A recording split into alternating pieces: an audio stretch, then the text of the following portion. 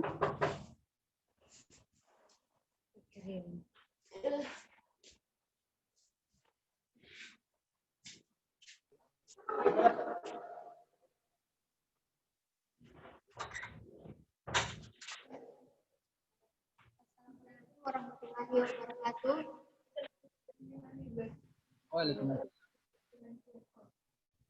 Syukur kita panjatkan atas kehadirat Allah Subhanahu wa taala, atas berkat rahmat dan karunia-Nya lah sehingga kita dapat bertegur sapa meskipun secara virtual.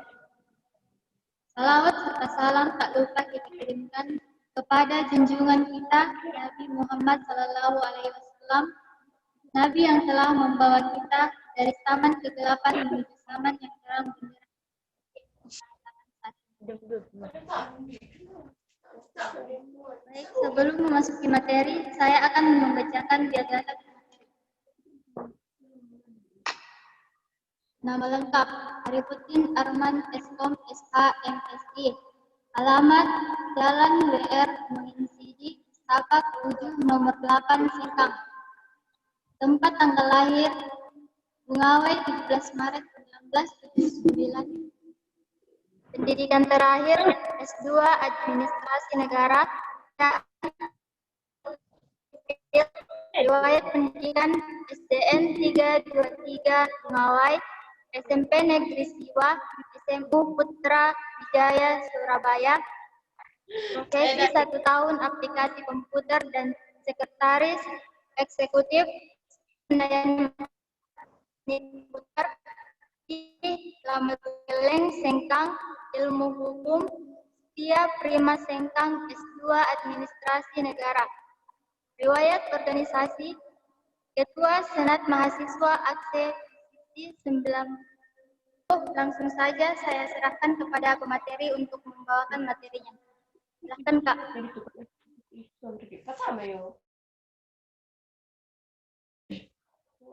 Pikit kita po dito si besar din last na bulan. Atau kaya din nakan si 2 bulan din nakan. Kan senior ka pa iya. Bismillahirrahmanirrahim. Assalamualaikum warahmatullahi wabarakatuh. Waalaikumsalam warahmatullahi wabarakatuh. Selamat siang, salam sejahtera buatkan kepada Allah Subhanahu wa taala. Pada kesempatan ini kita masih diberikan kesehatan, diberikan nikmat kesehatan, umur yang panjang dalam rangka bersilaturahmi bersama dengan Dinda sekalian, walaupun secara virtual. Mohon maaf, saya sampaikan kepada Dinda sekalian mungkin agak terlambat karena ada faktor teknis di tempat kami, mungkin agak berbeda dengan tempat Dinda sekalian. Dari tadi saya mencoba login, tapi baru bisa terakses. Minggu lalu sebenarnya saya sangat bermimpi ingin bertemu langsung dengan Dinda sekalian. Kita bisa bersama-sama bersilaturahmi dalam rangka satu rumpun sebagai saya adalah alumni mahasiswa teknik komputer dan Dinda sekalian adalah mahasiswa sistem komputer.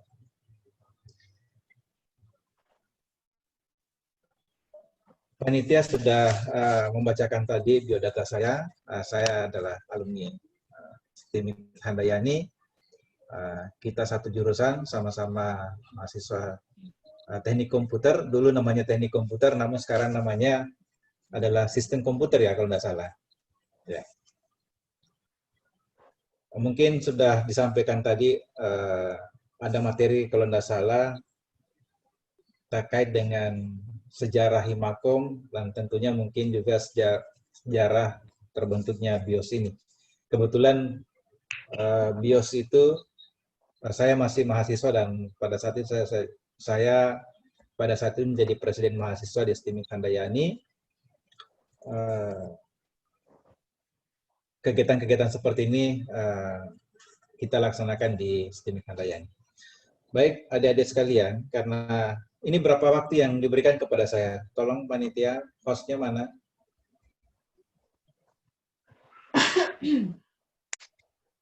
Suara saya kedengaran nggak di sana? Ini di Makassar semua atau ada di luar Makassar juga? Ya Kak, waktunya Ini tuh 1 jam Kak. 1 jam. Saya Jenny Ponto, Kak. Oh, Jenny. Pak. Oh, iya, iya. Sama-sama. Saya juga jauh. Saya di Sengkang ini. Ya. Oke, Dinda sekalian.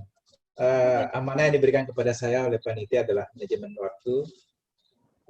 Sebenarnya ada slide yang ingin saya sampaikan, tapi karena ada kondisi kendala teknis dari tadi saya mencoba ini, tapi agak sulit. Namun saya kira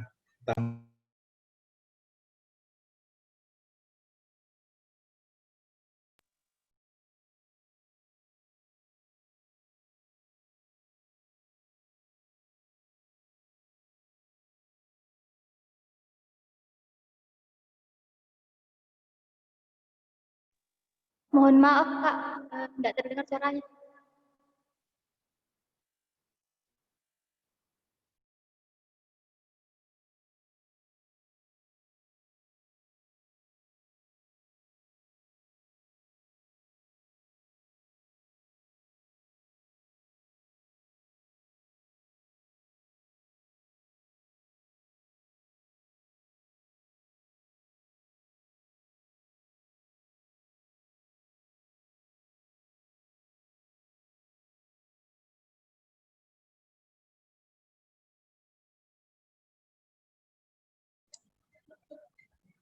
halo, Ya sudah? Kak, Halo.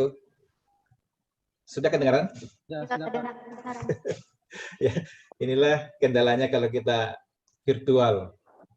Biasa kendala jaringan, sehingga materi biasanya sepotong-sepotong kita dengar.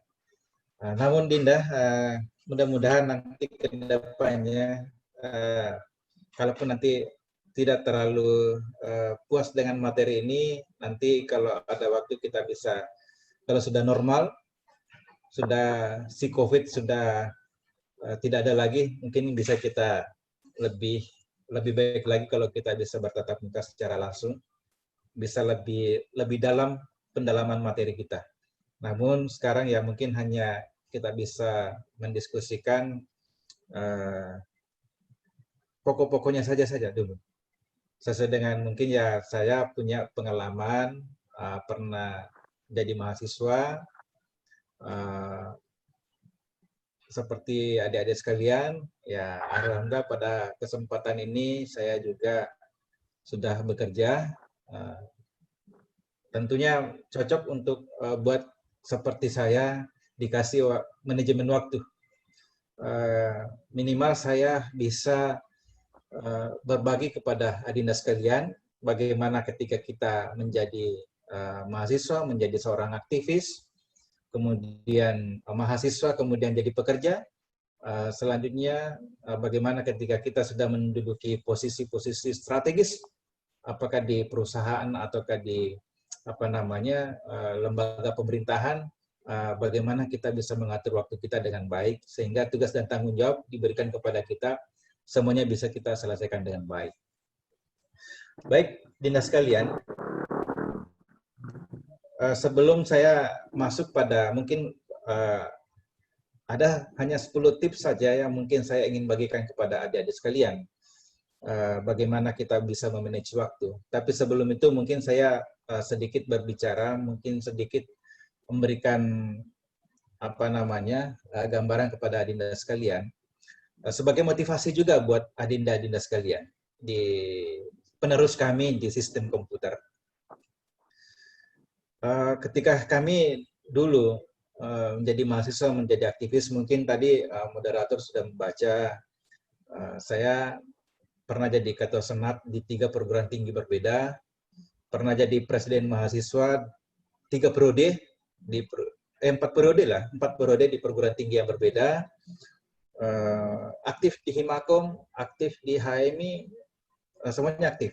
Namun satu hal yang pernah saya lakukan di STIMIK Handayani dan mudah-mudahan sampai sekarang itu bisa ditradisikan, mudah-mudahan.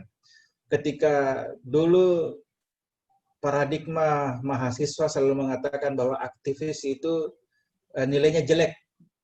Ya.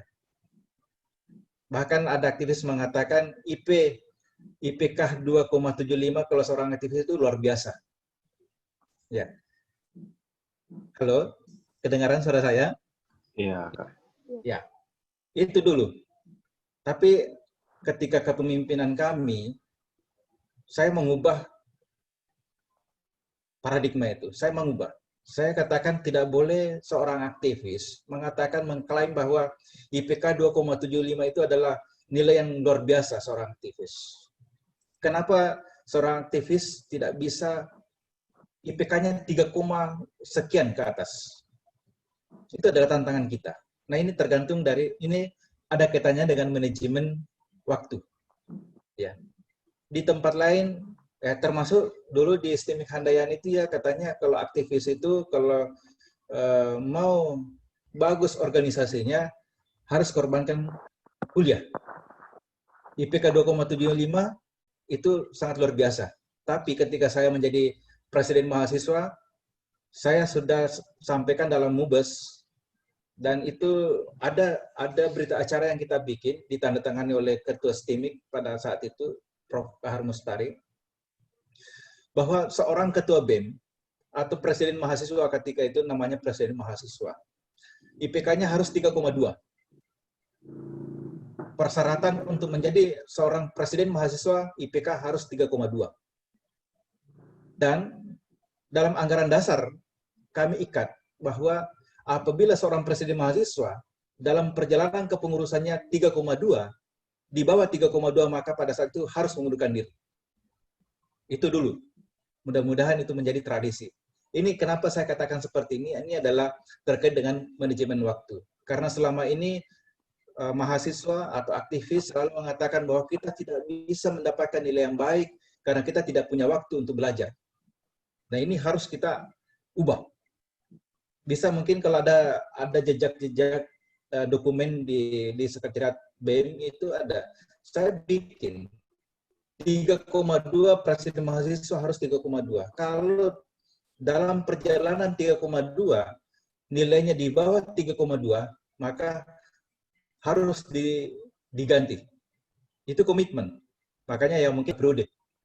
3 periode. Nah, kemudian saya juga bikin aturan pada saat itu. Ini memotivasi kepada teman-teman bagaimana memanage waktu. Organisasi jalan, akademik, oke. Saya bikin lagi aturan pada saat itu. Pada saat 3 periode saya jadi presiden mahasiswa. Calon ketua HMTI, bukan HMTI, calon ketua himpunan, IPK 3,0 minimal. 3,0. Dan apabila dalam perjalanan organisasi dia mendapatkan IPK di bawah 3,0 maka harus logo lengser. Itu dulu. Bisalah tanya-tanya sama senior-senior dan mungkin ada jejak-jejak jejak digital boleh, dokumen-dokumen ada. Dan saya adalah saksi bisu dan saya memang mempertahankan itu. Aktivis jangan lagi bilang tidak bisa nilainya bagus karena tidak ada waktu untuk belajar. Itu harus kita punya manajemen waktu yang baik. Ya.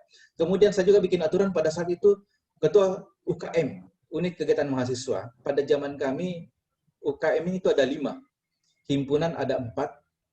Ya. Ketua UKM itu ya saya turunkan sedikit IPK-nya. IPK calon ketua UKM itu 2,75. Kalau di bawah 2,75 tidak boleh jadi ketua UKM pada saat itu. Itu bukan saya yang otoriter, tapi itu kesepakatan bersama.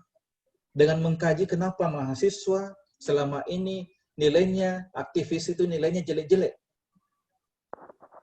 Bahkan di kampus lain juga seperti itu. Ini persoalan lagi adalah manajemen waktu. Waktunya aktivis itu tidak banyak waktunya untuk belajar. Karena ya mungkin terlalu banyak yang dia harus advokasi dan lain sebagainya sehingga lupa untuk belajar. Tanggung jawabnya sebagai mahasiswa untuk mencerdaskan dirinya itu terlupakan karena keasikan untuk di organisasi. Makanya saya mencoba, inilah yang harus kita lakukan. Waktu itu di STIM Handa itu periode 2003 sampai 2006. 2003 sampai 2006 itulah yang kita lakukan, dan itu kesepakatan bersama. Ketua MPM, Presiden Mahasiswa 3,2 adalah persyaratan akademik harus baru bisa mencalonkan diri. Kalaupun sudah jadi Presiden Mahasiswa, di dalam perjalanan dan ketika dalam satu semester di bawah 3,2 maka harus logo mengundurkan diri karena diatur dalam anggaran dasar, anggaran rumah tangga pada saat itu. Begitupun dengan himpunan seperti itu. Himpunan mahasiswa jurusan ketuanya harus 3,0 ke atas. Malu-malu kan kalau seorang ketua himpunan mahasiswa jurusan nilainya jauh lebih lebih jelek dibandingkan anggotanya. Yang semestinya seorang presiden mahasiswa, seorang ketua himpunan, seorang ketua UKM di sisi akademik harus lebih di atas rata-rata dibandingkan anggotanya. Itu yang harus kita lakukan. Nah, ini terkait lagi adalah manajemen waktu. Bagaimana seseorang yang memimpin organisasi berhasil di organisasi, berhasil juga di akademik. Nah, tentunya ini adalah bagaimana memanage waktu kita dengan baik. Ya. Halo, kedengaran suara saya? Halo? Ya, kedengaran Kak. Kedengaran. Jelas? Jelas. Ya. Dengan harapan begini, Dinda. Kita semua berharap bahwa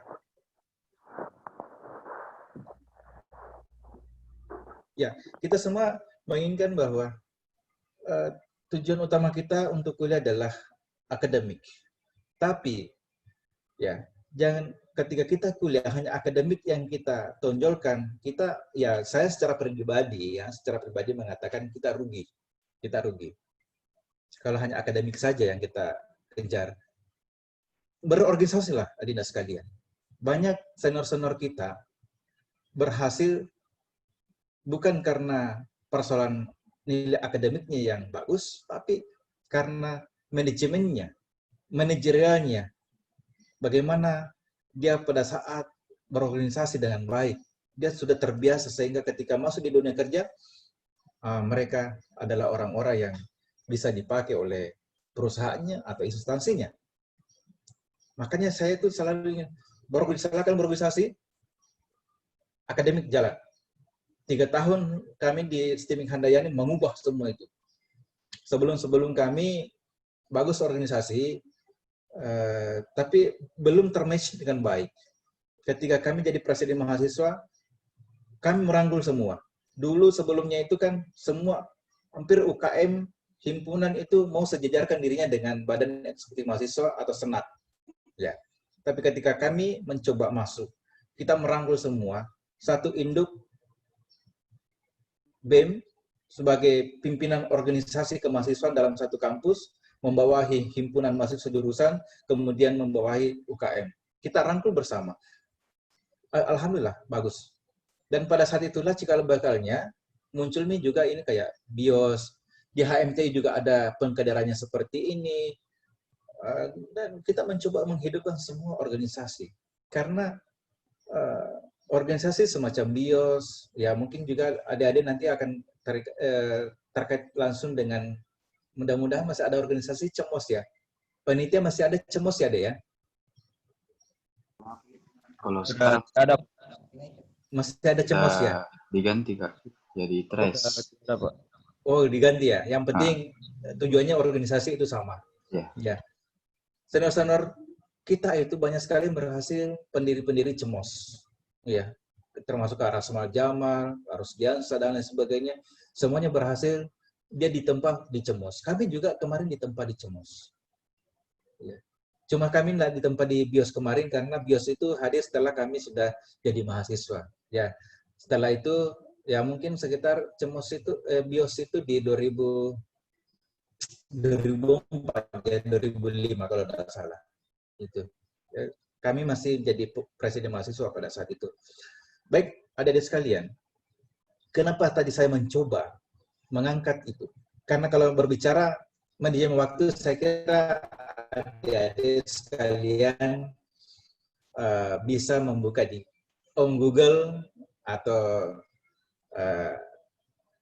Mas Yaho bisa, sebagaimana kita bisa manajemen waktu, bisa adik-adik membaca. Namun saya mungkin hadir di sini ingin sharing saja sama adik-adik sekalian, bahwa kalau kita berbicara manajemen waktu, saya kira mungkin Adinda lebih paham dan lebih hafal dibandingkan saya. Akan tetapi saya hadir di sini mencoba bagaimana kita mendiskusikan apa yang sudah minimal saya sudah rasakan. Ya, saya sudah rasakan. Alhamdulillah posisi kami juga sekarang di pemerintah daerah Kabupaten Wajo, alhamdulillah. Ya, semuanya itu saya dapatkan antara komitmen waktu ketika menjadi mahasiswa, IPK tidak pernah di bawah 3,2, menjadi presiden mahasiswa 3 periode, menjadi pengurus Himakom, menjadi pengurus CEMOS, LDKF, FKMI, HMI, itu alhamdulillah. Selama saya kuliah tidak pernah di bawah 3,2. Karena kenapa? Saya konsisten. Saya membuat aturan, ya gini tipsnya. Ketika saya menjadi pemimpin organisasi, ini terkait dia manajemen waktu. Nggak usah nanti kita belakangan apa tips-tips manajemen waktu. Apa-apa itu manajemen waktu. Saya tidak mau lagi terlalu banyak berbicara definisi. Karena saya kira adinda sekalian itu sudah bisa, mungkin sudah pernah search di Google bagaimana manajemen waktu dan lain sebagainya. Tapi saya hanya berbagi tips, apa yang aplikasi yang sudah saya lakukan dan saya kolaborasikan dengan teori-teori yang ada selama ini. Ya itu dia. Kalau dilihat bahwa tidak mungkinlah seorang presiden mahasiswa 3 periode berturut-turut menjadi pengurus Himakom, menjadi pengurus CEMOS, kemudian pengurus HMI, kami juga pada saat itu menjadi presidium Badan Eksekutif Mahasiswa Makassar. Kami juga adalah inisiator Perhimpunan Mahasiswa Informatika Sulawesi Selatan pada saat itu. Tapi alhamdulillah IPK saya tidak pernah di bawah 3,2. Dan satu anti saya adalah saya sangat anti sekali melobi-lobi nilai. Sampai hari ini, sejak saya kuliah, baik di STIMIK maupun di STIH maupun di Setiap Prima, tidak pernah saya melobi sebuah nilai, karena itu adalah penghinaan bagi saya, dan saya ingin memberikan bukti bahwa seorang aktivis nilainya pasti bagus. Itu tergantung lagi dari manajemen waktu. Bagaimana kami manage waktu saya. Jadi sebagai aktivis, demo bisa berjalan, memperhatikan kehidupan bangsa dan negara di luar juga berjalan, alhamdulillah. Mungkin adik-adik bisa tanyakan, selama 3 periode kepengurusan kami dulu, berapa kali kita advokasi? Termasuk kemarin yang DPRD, kita selalu aktif, sangat aktif waktu itu mahasiswa STIMI Handayani ketika kami. Tapi kami juga tidak mau kalah dengan teman-teman yang tidak aktif sebagai aktivis. Saya bisa bersanding nilai, ya IPK yang saya punya dengan teman-teman yang memang hanya kuliah-kuliah saja. Nah, ini waktu lagi. Saya tidak bolos kuliah, mencoba tidak bolos kuliah, tapi ketika saya sudah kuliah, saya kembali lagi di dunia saya sebagai aktivis mahasiswa, karena itu adalah amanah yang diberikan oleh saya, oleh teman-teman mahasiswa STIMI Handayani pada saat itu. Bagaimana kita bisa mengadvokasi teman-teman di STIMI Handayani ketika ada kesenjangan yang terjadi, ya, ada kesenjangan yang terjadi, termasuk bagaimana perkuliahan waktu itu, bagaimana mata kuliah harus terupdate terus karena kita adalah orang IT. Bagaimana seorang dosen, ya jangan seenaknya, ya di zaman kami dulu beberapa dosen yang harus mohon maaf kalau saya katakan bahwa dikurangi jam pelajarannya, bahkan ada yang harus angkat kaki dari STIMI Handayani karena kita berjuang. Iya, itu saya lakukan. Orang bilang mati nanti kalau seumpama Pak Arif, Kanda Arif itu nanti diuji. Ya, itulah motivasi dan tatnaum buat saya. Bahwa saya adalah aktivis, saya juga harus IPK tidak boleh anjlok. Keilmuan juga jangan kita tertinggal. Itu adalah tantangan. Nah, makanya itu salah satu yang kami lakukan kemarin itu adalah membuat aturan yang mengikat diri saya. Ya, mengikat diri saya ketika saya pada saat itu presiden mahasiswa harus 3,2, maka dalam otak pikiran saya, Arifuddin Arman itu harus mempunyai IPK 3,2 kalau tidak mau malu. Ya, kalau tidak mau malu. Karena kapan saya IPK saya di bawah 3,2 berarti saya harus mengundurkan diri. Saya harus lenser di tengah jalan, malu. Nah, itu saya membuat itu, membuat. Nah, kemudian apa kita lakukan lagi adalah konsisten dan komitmen terhadap diri kita. Bahwa waktu itu kita yang mengatur. Waktu itu kita yang mengatur. Jalan organisasi, jalan akademik. Nah, bukan hanya di STIMIK saya lakukan seperti itu. Ketika saya jadi presiden mahasiswa juga di salah satu lembaga STH Lamadukelang, saya ambil program studi hukum. Saya juga jadi presiden mahasiswa dan saya juga tekankan seperti itu. Karena sebelum saya di STIMIK Handayani juga paradigmanya seorang aktivis mengatakan aktivis itu wajar kalau nilainya di bawah 3, atau 2,75 itu sudah luar biasa. Saya dapatkan lagi di kampus yang lain juga seperti itu. Saya ubah. Kok? Kenapa sih? Apa yang menjadi kendala kita? Katanya kita tidak punya waktu untuk belajar. Loh, kok seperti itu? Kita kuliah, kita kan tujuan utama kita adalah belajar. Tapi belajar di bangku perkuliahan, maka kita setelah kita keluar, maka siap-siap kita tidak bisa bersaing. Tidak bisa bersaing. Tapi bagusnya itu adalah akademik oke, organisasi oke. Nah, itu kembali lagi adalah manajemen waktu. Biasanya tidak banyak orang yang mampu, organisasinya oke, akademiknya oke. Biasanya akademik oke, organisasi biasanya biasa-biasa. Atau organisasinya hebat, akademiknya kurang oke. Nah, ini yang kita harus kolaborasikan antara organisasi, akademik.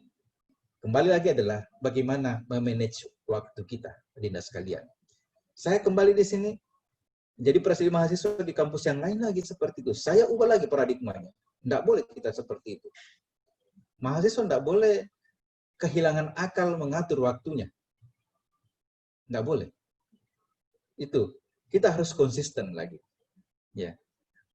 Kalau kemarin waktu di STIMIK Handayani, saya dengan beberapa organisasi mencoba akademik berjalan sejalan. Yaitu tadi saya membuat aturan yang mengikat pada diri saya, yang bisa mempermalukan diri saya ketika saya tidak mampu mencapainya. Itu satu komitmen pada diri saya. Sehingga alhamdulillah mulai dari 2003 sampai 2006 sampai saya di wisuda di yudisium, alhamdulillah IPK saya tidak pernah di bawah 3,2. Karena itu komitmen terhadap manajemen waktu yang kita harus lakukan. Begitupun dengan teman-teman pengurus pada saat itu. Alhamdulillah tidak ada yang lenser di tengah jalan karena kita selalu memberikan motivasi. Ingat, waktu untuk belajar, waktu untuk kuliah, waktu untuk organisasi. Harus balance kalau kita mau sukses. Nah, kami juga di sini seperti itu. Ketika kami kuliah di tempat selain di STIMIK, saya juga lakukan seperti itu. Kalau di STIMIK banyak organisasi kami, kalau di sini ya tidak terlalu banyak organisasi, tapi kami adalah pekerja. Kami bersama dengan teman-teman pekerja. Hampir seluruh pengurus kami adalah pekerja. Ada polisi, ada dari pengadilan, ada dari Pemda, ya yang mayoritas. Hanya 10% pengurus kami ini, tapi alhamdulillah nilainya semua baik. Karena kita selalu motivasi adalah ingat manajemen waktu. Manage itu waktu. Pergunakan semaksimal mungkin. Ambil skala prioritas. Bikin jadwal. Fokus. Itu semua kita lakukan. Ya. Oke, Dinda. Itu mungkin bisa saya berikan kepada teman-teman sebagai inspirasi, ya, Jangan lagi kita berbicara bahwa wah saya kuliah tidak bisa fokus ke kuliah saja, dong. Tidak bisa yang lain-lain. Itu tergantung dari pribadi masing-masing. Kalau kita mau sukses, maka mulai hari ini manage waktu dengan baik. Ya, manage waktu dengan baik. Hari ini pun saya selalu dengan seperti itu. Kita harus konsisten komitmen dengan waktu yang sudah kita rencanakan sebelumnya. Oke, Dinda.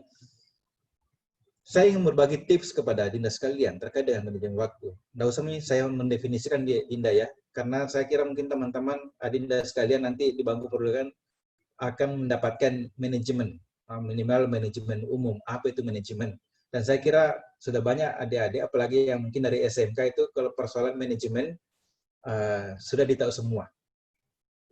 Kalau kita berbicara teori terlalu panjang, saya takutnya jangan sampai waktu kita habis. Nah, sama kalau kita tatap muka, kalau saya dikasih panitia waktu 3 jam, 4 jam, siap. Ya, seperti kayak kami waktu masih jadi aktivis, masih di STIMIK, biasanya kita bawakan materi dari maghrib, habis maghrib kita bawa materi sampai subuh. Apalagi kalau mungkin ya ada jebolan-jebolan HMI, ya terbiasa kita bawakan materi seperti itu. Nah, kita berbicara banyak teori, berbicara aplikatif dan lain sebagainya. Namun di sini mungkin Dinda karena hanya 1 jam waktu yang diberikan, mudah-mudahan setelah ini kalau Adinda mau berdiskusi dengan kami, berbagi pengalaman, saya tidak menganggap bahwa Adinda belum tahu, tapi minimal kita berbagi. Saya ingin belajar sama Adinda sekalian. Ya, kalaupun ada sesuatu yang bisa dipetik pada diri saya, bisa kita berdiskusi. Ya, tapi tidak menutup kemungkinan ada beberapa hal yang Adinda pernah lakukan terkait dengan manajemen waktu, terkait dengan konsistensi dan lain sebagainya. Saya belum pernah merasakan itu, oleh karena itu ya, saya juga akan belajar sama Adinda sekalian. Mudah-mudahan nanti kita punya ruang diskusi. Saya ingin sampaikan kepada Adinda sekalian, ada kurang lebih 10 tips yang harus kita lakukan ketika kita berbicara manajemen waktu. Mohon maaf sekali lagi, slide kami tidak bisa tampilkan karena ada persoalan teknis. Tapi minimal ya bisa dicatat. Tapi ini sebenarnya di Om Google sudah ada. Ya, tinggal kita modifikasi sedikit bahasanya. Pertama adalah kita harus hentikan kebiasaan menunda. Ya. Kalau kita mau berbicara manajemen waktu, hentikan kebiasaan menunda. Karena kalau kita selalu menunda, maka seumpama kita sudah rencanakan hari ini, taruhlah seumpama kita hari ini sudah jadwal kita sampai maghrib seumpama. Kita tunda pada taruhlah seumpama, ini contoh, kita Zoom meetingnya sekarang dari 12.30 sampai 13.30 kalau nggak salah ya, itu. Tapi karena kondisi teknis tadi, ya ini karena kondisi teknis kita mungkin molor ya, ada penitia, saya juga nggak lihat jam nih. Nah, ini salah satu contoh. Seandainya bukan karena persoalan teknis, coba kita sumpah bertatap muka dan kita mulur waktu ada sekitar 30 menit, maka ini salah satunya adalah kebiasaan yang menunda. Yang seharusnya kita sudah lakukan, kita komitmen harus lakukan, tapi kita menunda. Itu yang pertama, kegagalan kita dalam manajemen waktu adalah kebiasaan menunda. Wah, besok pilih, atau sebentar, kita sudah rencanakan nanti sore, tapi bilang, jangan nanti sore, nanti malam pi. Baru nanti sore tidak ada di aktivitas yang lain. Nah, ini salah satu adalah kegagalan kita memanage waktu. Kebiasaan menunda. Itu yang pertama. Ya memang manusia dikodratkan, psikologis manusia adalah tidak bisa jauh-jauh daripada menunda. Tapi ketika kita mau sukses dalam memanage waktu, hentikan kebiasaan menunda. Kalau sudah di planning, sudah direncanakan, tidak ada halangan, tidak ada kendala teknis, maka lakukan pada saat itu. Karena ketika kita menundanya, berarti ada waktu yang terbuang. Terkecuali kalau seumpama kita tunda karena ada agenda yang lain yang lebih penting, itu mungkin it's okay. Akan tetapi kalau tidak ada agenda yang lain, hanya karena faktor malas kita menunda, maka mulai hari ini hentikan kebiasaan menunda. Yang kedua adalah buat jadwal. Buat jadwal. Ini hari apa yang kita akan lakukan, nanti malam apa yang kita lakukan, besok apa yang kita akan lakukan. Ya mungkin itulah yang biasa kita lakukan. Senior-senior kita yang kemarin itu yang pengurus-pengurus himpunan, pengurus BEM itu yang nilainya tinggi-tinggi semua. Bukan kemarin itu bukan hanya presiden mahasiswa ya, pengurus BEM-nya pun kita sudah kunci. Pengurus BEM itu harus IPK-nya itu kalau tidak salah 3,0. Kalau di bawah 3,0 di reshuffle. Ini komitmen. Jadi sisi lain ketika kami dulu memimpin itu, kalau pengurus himpunan ketuanya 3,0, pengurusnya harus 2,75. Karena kenapa? Kita ingin memberikan contoh kepada mahasiswa, dan alhamdulillah pada saat itu kita bisa menjadi contoh di Makassar. Iya, banyak teman-teman dari perguruan tinggi plat merah yang datang ke bisa aktivisnya STIMIK itu di luar juga aktif di menadvokasi, aktif dia juga dengan kondisi kebangsaan, tapi kok nilainya bagus-bagus. Yaitu adalah komitmen. Bagaimana kita memanage waktunya teman-teman, berorganisasi, dan itu kan seperti itu. Mungkin itu manual kalau tidak seperti itu. Kalau nggak percaya, mudah-mudahan ada dasar anggaran rumah tangga tahun 2003 sampai 2006. Ada di situ kita bikin. Ya. Itu buat yang kedua adalah jadwal. Yang ketiga adalah yang perlu kita perhatikan adalah buat prioritas, skala prioritas. Iya. Ya. Yang mana lebih kita prioritaskan, itulah yang kita dahulukan. Nah, seperti tadi yang pertama saya katakan, adik-adik bilang, bohong Ki, karena waktu itu zaman kami waktu aktivis itu belum ada yang namanya WhatsApp, belum ada Instagram, ya paling ya SMS. Sementara kita belajar, datang SMS-nya dari presiden mahasiswa di kampus lain, minta bantuan massa, mau rapat, tiba-tiba mau rapat seumpama, untuk menadvokasi suatu kasus. Nah ini kan bisa kita tidak fokus. Kalau kami bersama dengan teman-teman pada saat itu fokus dulu di perkuliahan. Nanti setelah selesai itu, selesai kita proses belajar mengajar itu selesai, kita keluar dari kelas, oke, kita fokus lagi menjadi seorang aktivis. Itu kita harus fokus. Jangan sampai tercampur. Ada apalagi kalau mungkin Adinda nanti akan, tidak tahu sekarang masih ada kan namanya kalkulus, masih ada ya? Belum ya. Kalau di bangku perkuliahan kita kan masih ada sistem diferensial, kalkulus, sementara kita belajar seperti itu ada tomnya dari kampus-kampus lain minta bantuan lah, minta inilah, rapat lah dan sebagainya, kita nggak fokus. Kalau kami dulu, kalau hal seperti itu kita ya kalau bisa kita nonaktifkan dulu ketika kita dalam proses akademik. Itu kita fokus dulu untuk mencapai nilai yang lebih baik yang tadi saya katakan.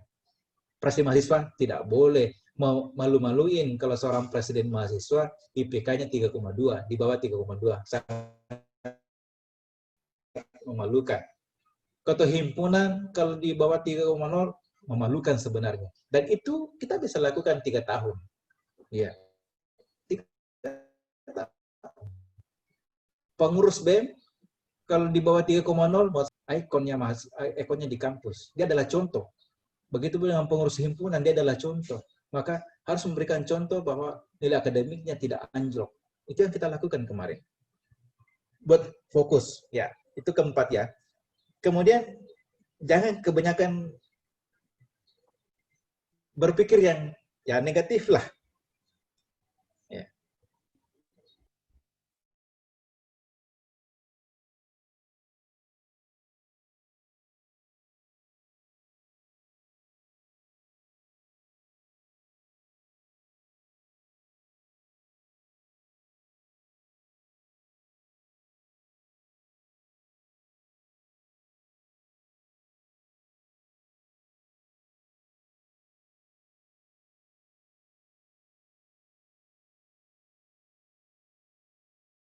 berpikir yang bersifat membangun ke depan.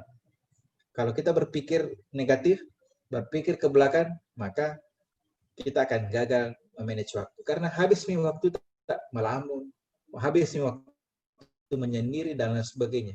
Oleh karena itu, perbanyaklah berpikir positif yang mempunyai kontribusi yang positif. Dalam manajemen waktu, tips yang selanjutnya adalah buat tujuan yang jelas. Ya. Buat tujuan yang jelas. Apa tujuannya, Adinda? Kestimikhandayani.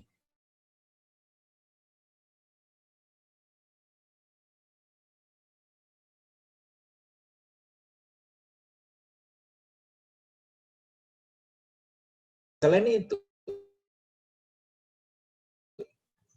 apa tujuannya?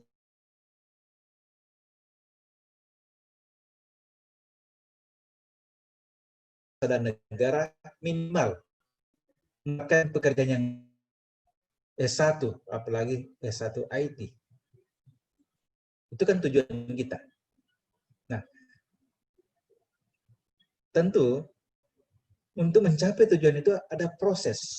Saya kembali lagi, manajelah waktu, bagaimana akademik baik, bagaimana bisa kita bersosialisasi dengan orang-orang sekitar kita. Kalau tujuan kita adalah ingin keilmuannya, ingin akademiknya sebagai seorang sarjana, tapi yang kedua, tujuannya yang kedua adalah bagaimana setelah selesai di STEMIC itu, kita bisa bekerja dengan baik sesuai dengan harapan dan impian kita. Tentunya tujuan yang jelas itu harus kita manage dengan baik untuk meraihnya.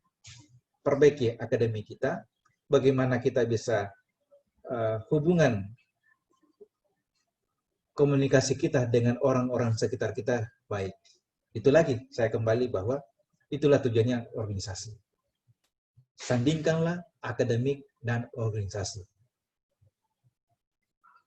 Itu adalah tujuan kita. Itu tujuan, saya kira itu adalah tujuan seorang mahasiswa. Ingin ilmunya, yang kedua setelah mendapatkan ilmunya, ingin bekerja, apakah dipekerjakan atau mempekerjakan. Tentunya, ilmu itu, bagaimana kita bisa sukses di dunia kerja, ilmu itu kan tidak ada di dunia akademik. Coba mikir kita lihat nanti. Ilmu-ilmu yang kita pelajari, ilmu-ilmu akademik semua. Tapi bagaimana kita bisa bersosialisasi, bisa memimpin orang, bisa memanage manusia dan lain sebagainya, maka saya sarankan ilmu itu ada di organisasi. Mudah-mudahan kekanda-kanda di kampus yang sekarang ini masih masih menghidupkan organisasi-organisasi. Karena organisasi di kampus itu adalah laboratorium. Laboratorium sesungguhnya di dunia kerja. Kalau kita mampu atau berhasil dipimpin, ya, jangan berbicara berhasil memimpin. Kalau kita berhasil dipimpin di organisasi non-profit, yakin dan percaya Anda bisa lebih berhasil lagi di organisasi profit. Kalau Anda berhasil memimpin di organisasi non-profit, dan profit itu ya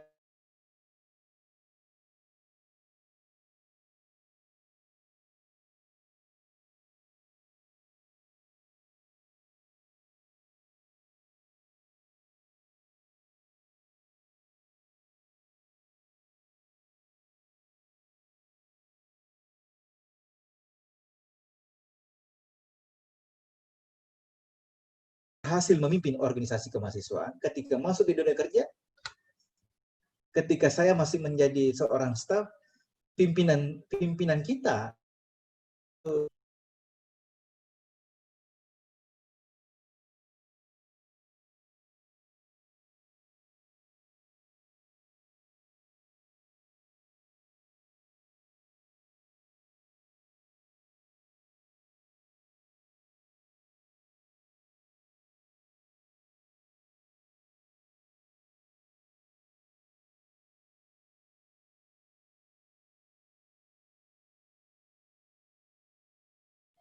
kalau kita tidak ada istirahat, yakin dan percaya,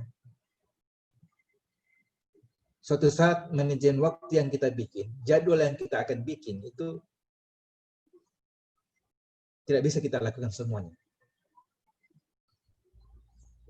Biasa, maaf Dinda, ya, entahlah kalau sini ada, saya tidak tahu semua, adakah penitia atau tidak. Kalau penitia kan mungkin sudah berorganisasi ya, atau ada pengurus Himakom.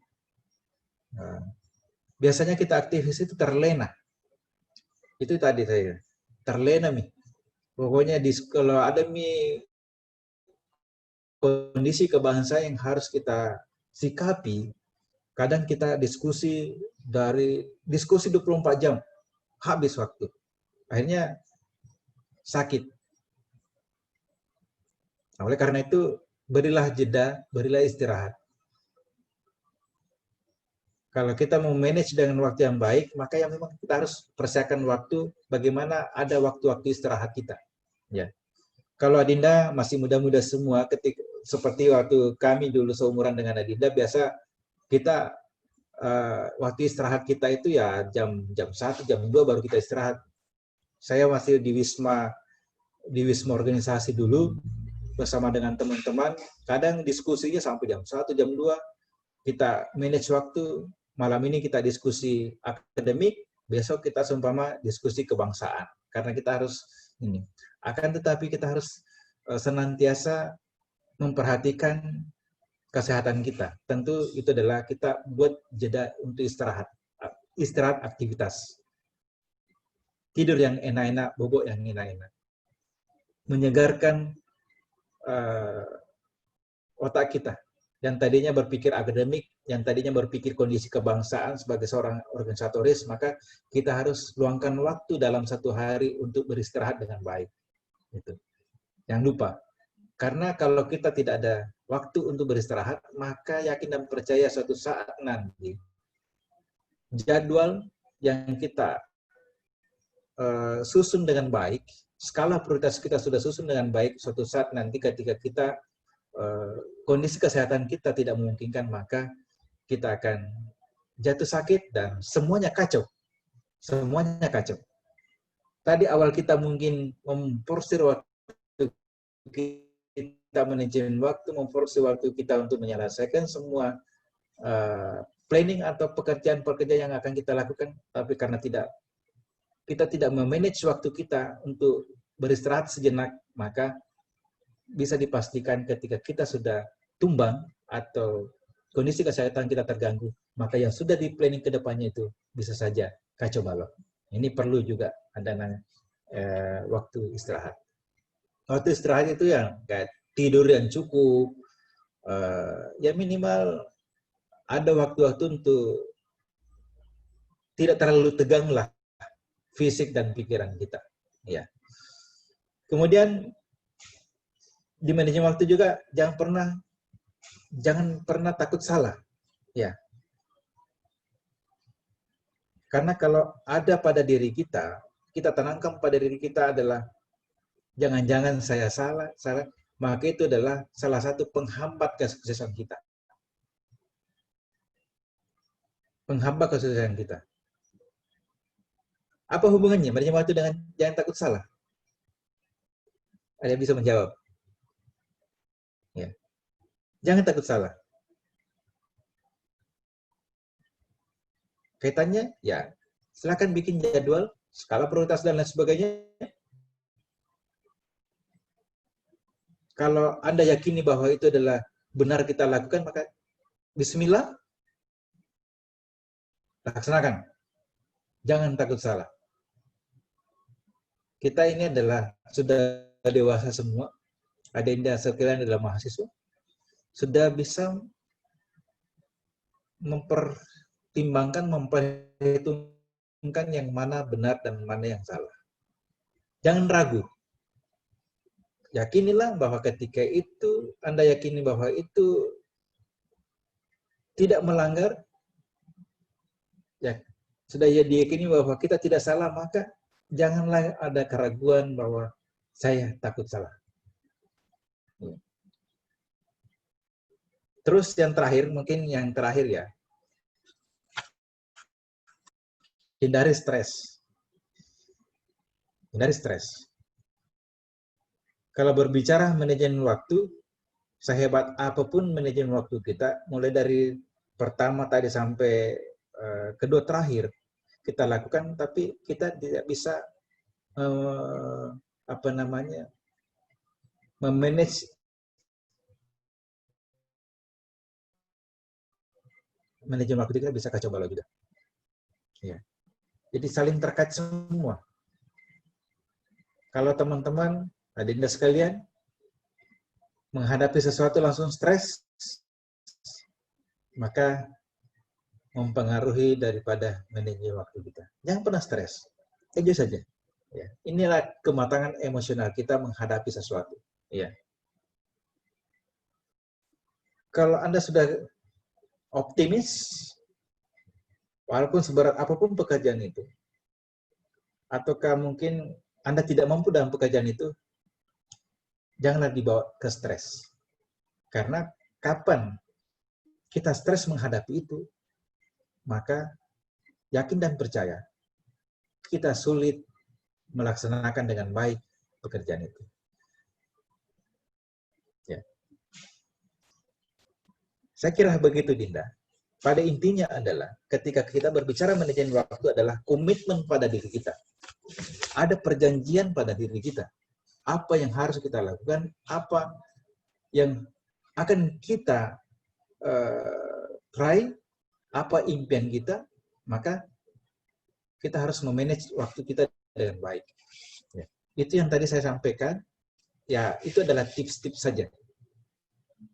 Tapi intinya adalah, ketika kita berbicara manajemen waktu adalah, intinya adalah komitmen pada diri kita untuk menyelesaikan suatu permasalahan atau pokok persoalan. Ya, saya kira begitu, Dinda sekalian. Mungkin waktu saya sudah banyak sekali. Mohon panitia, apakah ada sesi tanya jawab? Mungkin ada, kita bisa diskusikan.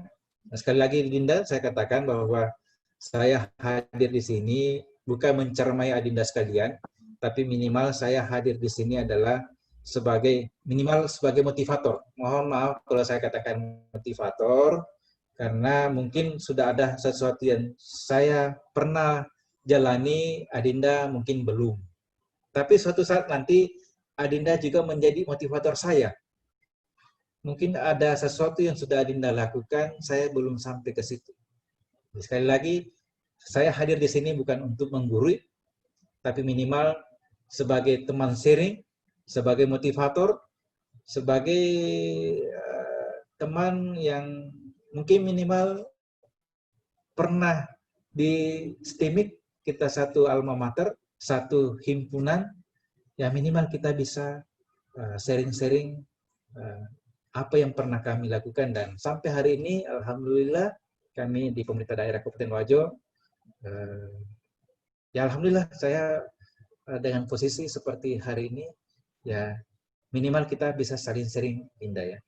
Karena mungkin hari ini saya lebih duluan sampai di sini, ya Dinda ya.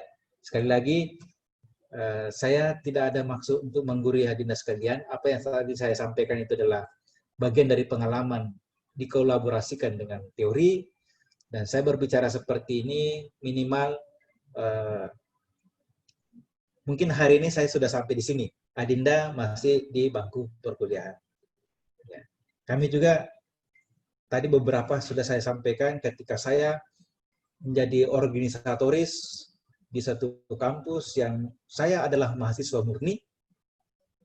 Jadi presiden mahasiswa, pengurus ini, pengurus itu sebagai mahasiswa murni dengan IPK memang saya sudah kunci dalam anggaran dasar rumah tangga harus 3,2.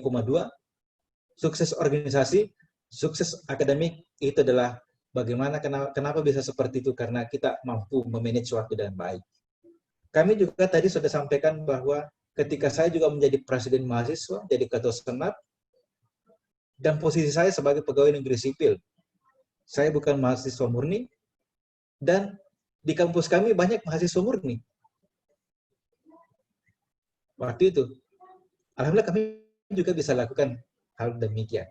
IPK juga sudah saya kunci, harus 3,2 seorang presiden mahasiswa. Pengurus BEM harus 3,0. Itu yang kami lakukan di Istimewa Hadayani, kami juga di Istihala Madukan juga lakukan seperti itu. Ternyata hanya persoalan waktu, hanya bagaimana memanage waktu. Kalau aktivis di luar mengatakan bahwa ya wajar kalau seorang aktivis nilainya anjlok, kalau saya tidak. Seorang aktivis mahasiswa harus menjadi contoh di kampus itu bahwa ya parameter kita adalah IPK, ya. Persoalan ilmunya ada sama-sama mereka, yaitu kan persoalan. Tapi yang jelas standarisasi kita adalah IPK. Karena IPK itu kan ada beberapa penilaian, bukan hanya penilaian akademik, tapi kedisiplinan ada, keilmuannya ada, kepatuhan ada, dan lain sebagainya. Karena banyak orang pintar, IPK-nya biasa anjlok. Karena kenapa? Mungkin tidak sopan sama dosen, dan lain sebagainya. Nah, ini harus kita kolaborasikan semua.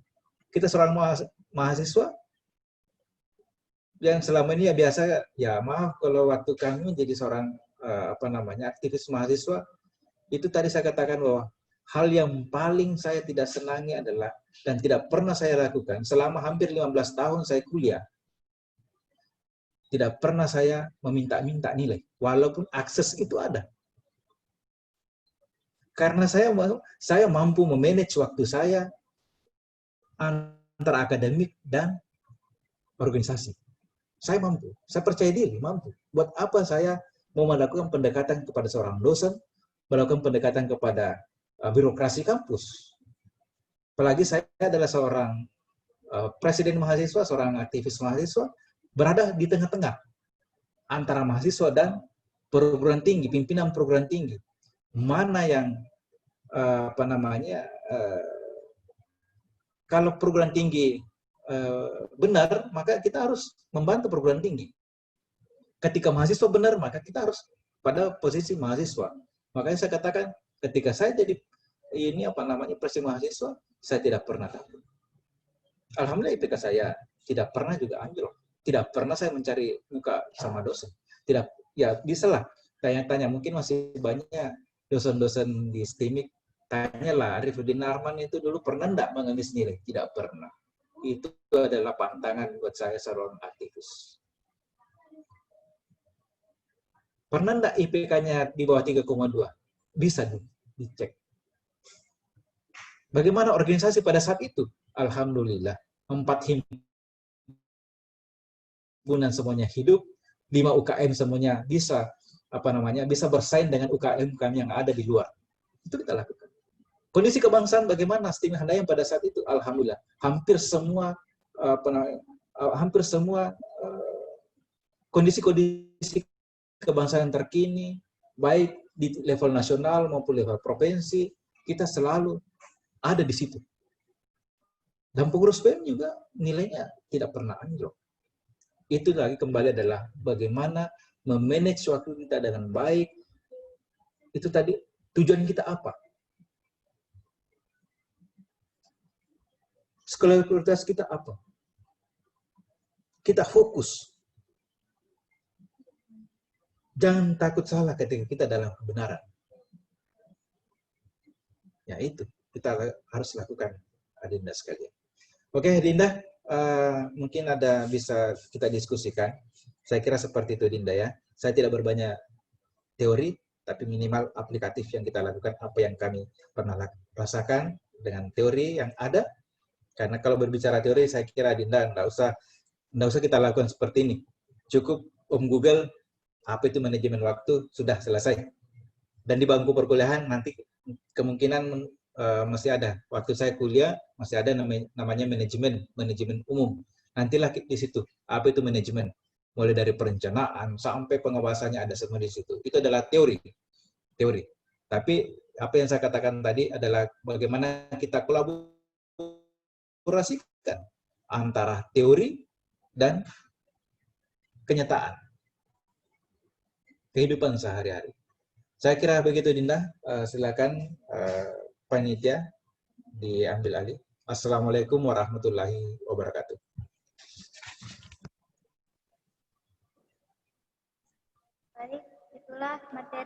dibawakan oleh pemateri. Selanjutnya kita memasuki sesi tanya jawab. Yang mau bertanya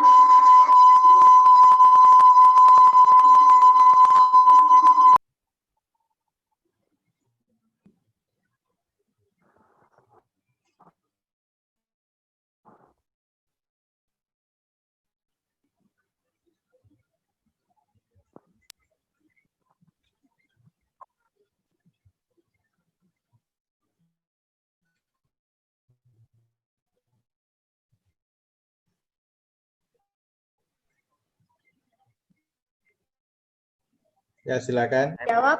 Yang mau bertanya dipersilahkan. Ya, silakan. Siapa Dinda. dulu? Kok Akmal? Kamu dulu. Oke. Oke. Assalamualaikum warahmatullahi wabarakatuh. Waalaikumsalam. Pertanyaan saya begini, Pak. Begini, Kak. Ketika kita telah melakukan perencanaan waktu, bagus manajemen waktu, tak? Ada tujuan yang ingin kita capai, tapi pas hasil tidak sesuai dengan apa yang kita inginkan. Di mana letak kesalahannya, Pak itu?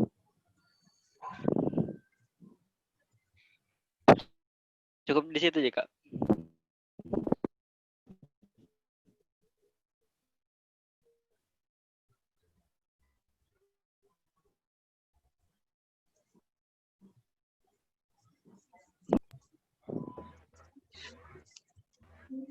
Masih ada yang lain? Itu langsung dijawab. Bagaimana panitia? Bagaimana metodenya? Ya,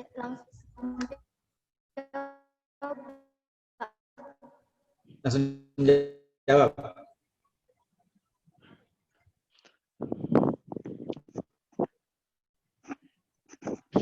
Iya Kak, langsung jawab. Oke. Langsung jawab. Oke.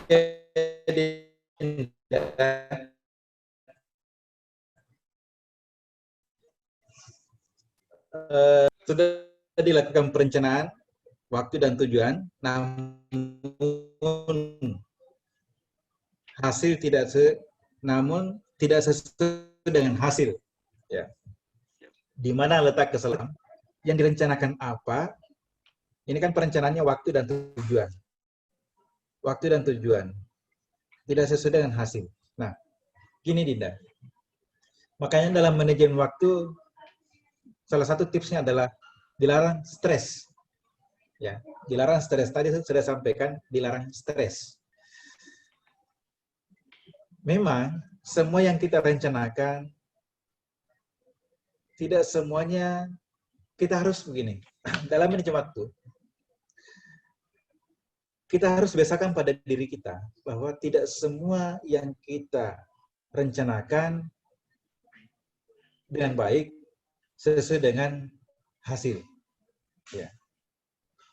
Harus kita terima hal seperti itu. Namun yang perlu kita cermati di sini proses-proses perencanaan waktu dan tujuan yang kita lakukan, apakah semuanya sudah direncanakan dengan baik, ataukah jangan sampai hanya direncanakan, maaf kalau saya katakan direncanakan asal-asalan, kemudian harapan atau tujuan yang kita inginkan itu adalah yang maksimal. Ini mungkin perlu kajian, Dinda. Ya. Ya. Karena tadi perencanaan waktu dan tujuan sudah dilaksanakan dengan baik, tapi tidak sesuai dengan hasil. Namun perlu juga kita Dinda, bahwa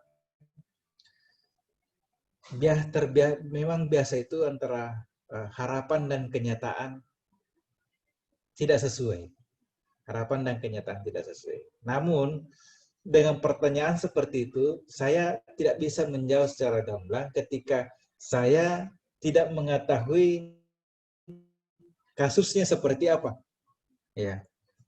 Kalau hanya perencanaan dilakukan, waktu dan tujuan sudah sudah berjalan dengan baik, tapi hasil tidak sesuai. Namun di sini saya tidak tahu kasusnya seperti apa. Kalau Adinda bersedia, seumpama ada kasus apa gitu, sudah direncanakan dengan baik, ada waktu dan tujuan, tapi hasil tidak sesuai. Salah satu contoh seumpama, kita rencanakan ketemu seseorang. Kita sudah, maaf ya, waktu sudah baik, tujuan kita baik, gitu. Tapi setelah sampai di sana, ternyata hasil tidak sesuai. Ya mungkin itu. Ini kasuistis. Nah, karena pertanyaannya tadi, perencanaan sudah matang, waktu oke, tujuan, tapi hasil tidak sesuai. Nah, kalau seperti itu pertanyaannya, saya juga menjawab gini. Saya tidak bisa memberikan seperti apa yang jelas, proses yang kita lakukan itu sudah benar. Perencanaan yang matang, konsisten dengan waktu, tujuan yang ada, tapi hasil tidak sama. Nah, yang jadi apa sebenarnya yang direncanakan sehingga tidak sesuai dengan harapan? Itu kasuistis Dinda ya. Seandainya bisa bahwa ini yang pernah saya rencanakan, ini yang saya lakukan, hasilnya tidak sesuai dengan ini yang kami harapkan, ya mungkin bisa kita berdiskusi lebih jauh, Dinda. Saya kira seperti itu, Dinda. Mudah-mudahan di lain waktu kita bisa ketemu dan berdiskusi lebih. Memang sangat menarik, karena berbicara manajemen waktu, maka perencanaan yang baik, waktu, konsisten dengan waktu, harus ada tujuan, tapi hasil tidak sesuai dengan harapan. Nah, tentu ada proses-proses ini yang mungkin tidak berjalan dengan baik. Saya kira begitu, Dinda. Ya, masih ada atau mau ditanggapi? Saya Kak mau bertanya. Ya, silakan, Dinda. Jadi pertanyaan saya Kak, Bagaimana penanya? Apa masih ada? ada Kak? Saya Kak. Ya, silakan.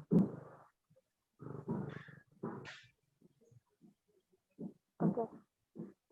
Begini Kak, saya pernah mendapatkan suatu materi bahwa ini mengenai manajemen waktu. Jadi kesimpulan yang saya dapatkan waktu itu, manajemen waktu adalah kemampuan seseorang mempergunakan waktu dengan benar dan tepat. Nah, Kak, yang ingin saya tanyakan, apakah ada dampak positif dan dampak negatif dari manajemen waktu tersebut? Menggunakan. Itu saja.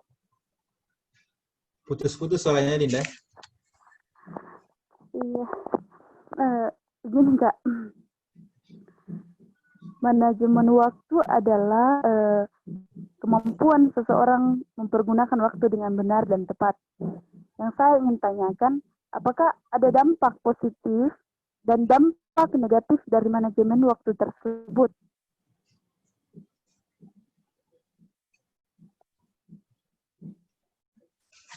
Itu aja. Ya. Oke. Nah, ini. Terima kasih, Dinda.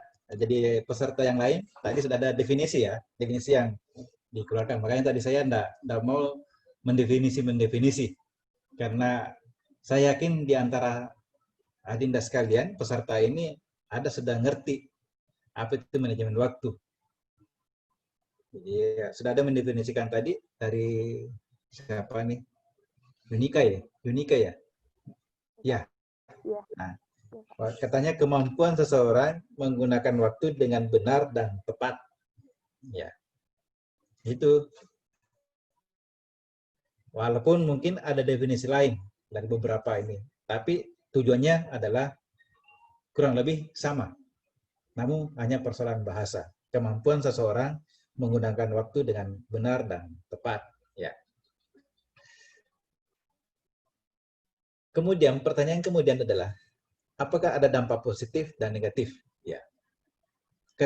Kalau saya berpendapat ya, mungkin Adinda, tidak apa-apa kita tidak sependapat. Tidak apa-apa kita sependapat. Karena itulah memang forum seperti ini adalah forum kita mencari formulasi yang terbaik. Ya. Kalau saya secara pribadi, ketika berbicara manajemen waktu, maka saya katakan bahwa tidak ada, berdasarkan dengan definisi yang tadi, saya katakan secara pribadi mengatakan bahwa tidak ada dampak negatifnya, dirinya mengatakan benar dan tepat. Jadi kalau saya secara pribadi tidak ada sih dampak negatifnya, justru dampak positif yang ada. Karena kata kunci daripada definisi tadi adalah dengan benar. Kalau sudah ada definisi kata benar dan tepat, itu tidak ada lagi, tidak usah kita ragukan lagi bahwa manajemen waktu itu ada dampak positifnya. Kalau kita sepakati, yang tadi definisi yang dibacakan oleh Adinda tadi bahwa kemampuan seseorang menggunakan waktu dengan benar dan tepat. Nah, kata kunci benar dan tepat. Kalau kemampuan seseorang menggunakan waktu, bisa saja ada negatifnya, bisa saja positifnya. Menggunakan waktu ke hal yang negatif, pasti itu ada dampak negatif. Tapi ketika definisi yang tadi dibacakan sebagai kemampuan seseorang menggunakan waktu dengan benar dan tepat, maka kata kunci adalah benar dan tepat. Maka saya secara pribadi, secara pribadi mengatakan bahwa tidak ada dampak negatifnya manajemen waktu, justru dampak positif yang ada. Saya kira begitu, Dinda. Mudah-mudahan atau mau ditambahkan, ya minimal mungkin pernah mendapatkan materi seperti ini. Tidak apa-apa kita diskusikan. Jangan sampai ada, oh ini menurut yang pernah saya dapatkan ada dampak negatifnya. Ya mungkin saya belajar sama Dinda. Kalau saya dengan kata kuncinya tadi benar dan tepat, saya pastikan bahwa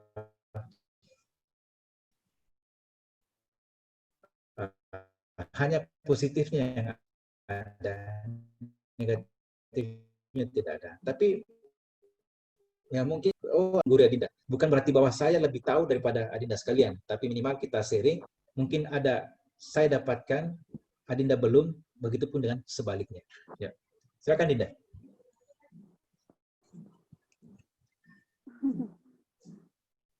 Saya kira sudah jelas, Kak. Sudah jelas ya? Iya. Iya, Kak. Ada yang lain? Bagusnya, nanti panitia bagusnya nanti kalau normal perkuliahan bisa lebih bagus komunikasinya kalau kita bisa ketemu langsung lah. Siapkan dah, siapkan. Lebih mantap Ki, bisa kita kaji-kaji, ada analisis swabnya apa, kita dampak bisa kita diskusikan bersama. Iya. Oke, silakan Dinda, silakan panitia, silakan peserta.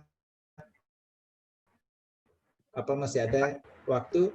Kita diskusikan. Apa masih ada yang ingin bertanya? Saya Kak.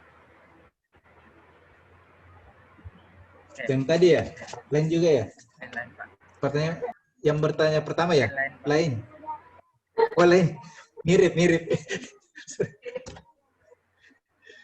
Assalamualaikum warahmatullahi wabarakatuh. Waalaikumsalam. Di sini saya sebenarnya punya 2 pertanyaan, tapi karena mungkin hanya maksimal 3 pertanyaan, jadi saya hanya mengambil 1. Nah, di sini jujur saya sangat senang dengan materi dari Kakanda bawakan, yaitu tentang manajemen waktu. Karena berdasarkan pengalaman saya juga pernah gagal dalam sini tadi. Kakanda membawakan materi berdasarkan pengalaman Kakanda tadi, bahwa Kakanda bisa dibilang memasuki atau bergabung dalam banyak organisasi seperti Presiden Mahasiswa, Himpunan, UKM, dan lain-lainnya itu. Nah, di sini yang saya mau pertanyakan itu, bagaimana kira-kira kalau kita dalam posisi kita mempunyai 3 kesibukan. Yang pertama itu harus fokus kepada kuliah kita. Kedua, ingin juga berpartisipasi atau bergabung dalam organisasi. Dan yang ketiga itu mempunyai pekerjaan atau wirausaha yang wajib juga kita jalani. Bagaimana cara memanage waktu tersebut? Ya. Oke, Dinda sekalian. Sekali lagi saya katakan bahwa sebagaimana tadi disampaikan Dinda, bahwa saya lebih banyak berbicara bukan pengalaman pribadi ya, minimal aplikatif di lapangan. Ya, kalau Adinda tadi mengatakan bagaimana kita sukses di akademik, sukses di organisasi, apalagi tadi satu pekerjaan, akademik, organisasi, dan pekerjaan atau wirausaha lah. Ya, ini baru 3. Ya, baru 3. Ya, intinya adalah Dinda sekalian. Itu tadi saya katakan adalah komitmen pada diri kita. Apa yang akan kita lakukan, apa yang akan kita raih, apa harapan dan impian kita. Itulah yang memotivasi kita dalam memanage waktu. Kalau tadi saya katakan bahwa bagaimana sukses di akademik.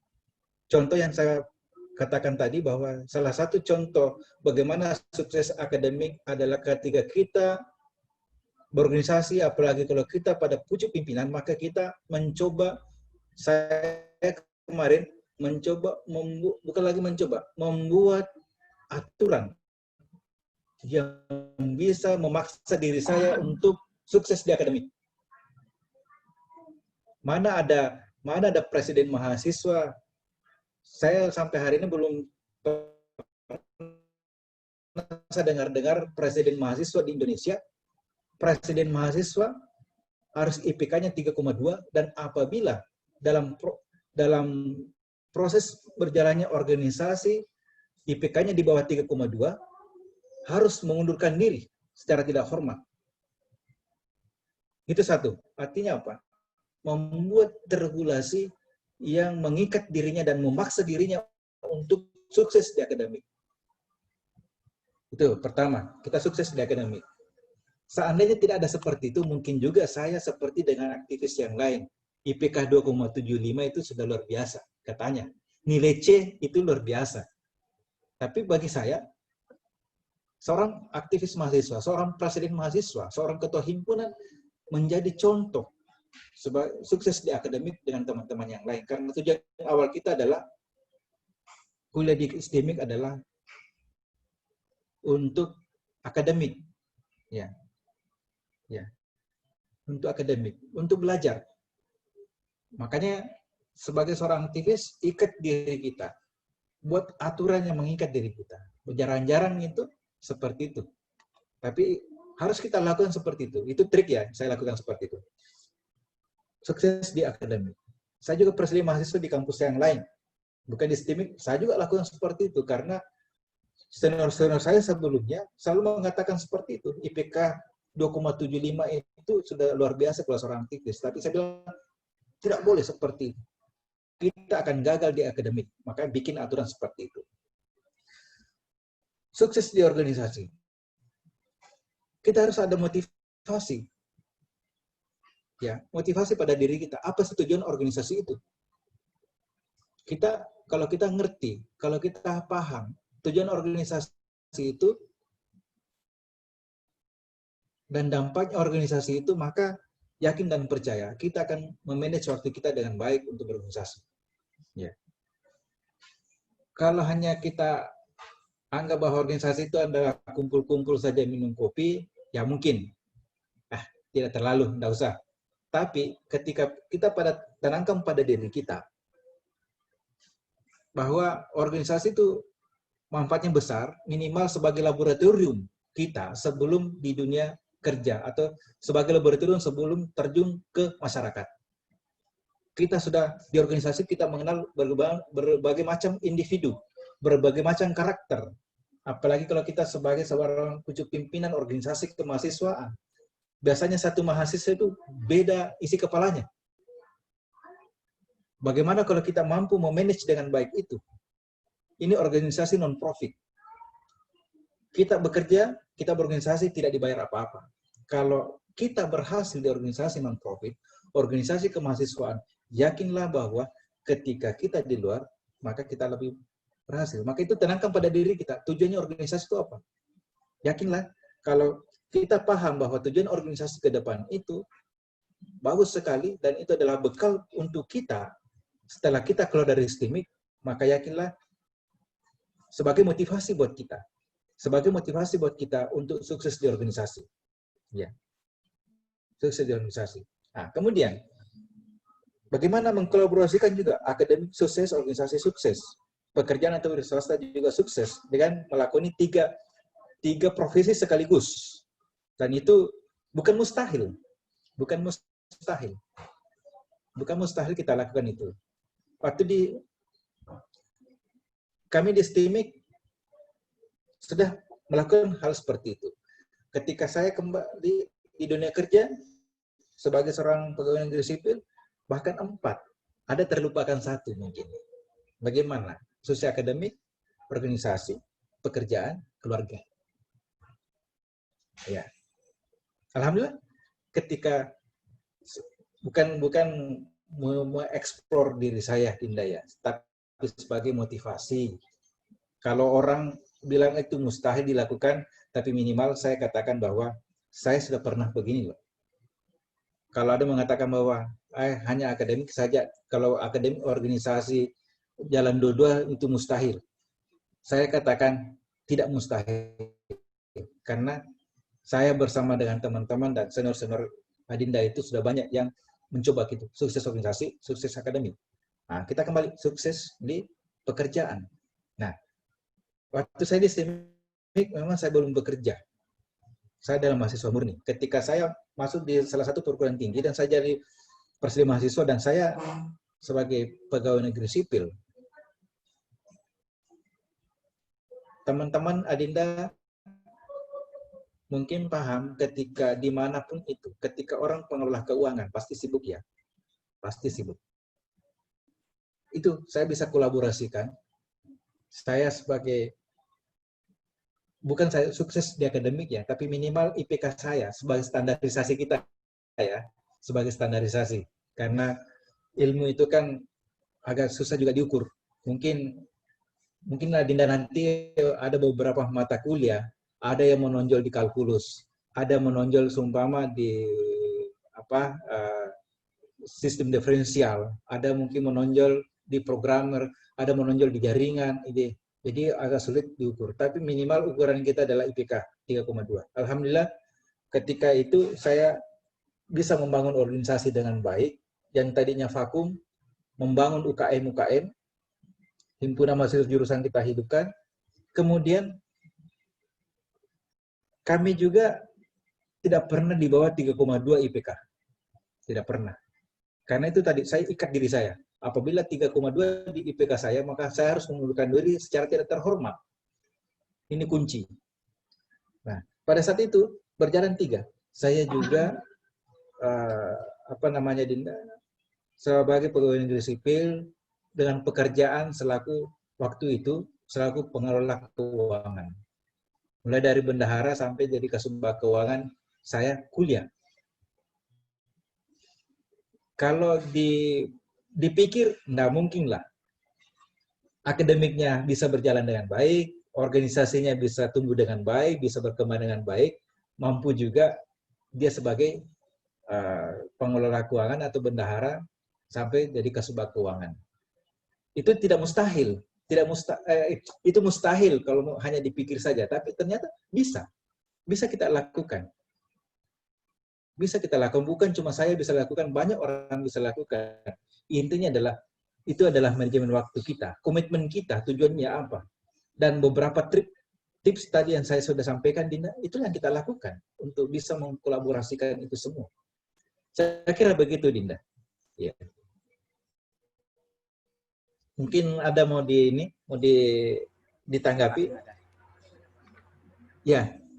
Begini Pak, kan begini misalnya kita masih di posisi awam begitu. Terus kan kalau dijalankan, dikolaborasikan itu ketiga-tiganya, kerja, organisasi dengan belajar atau kuliah.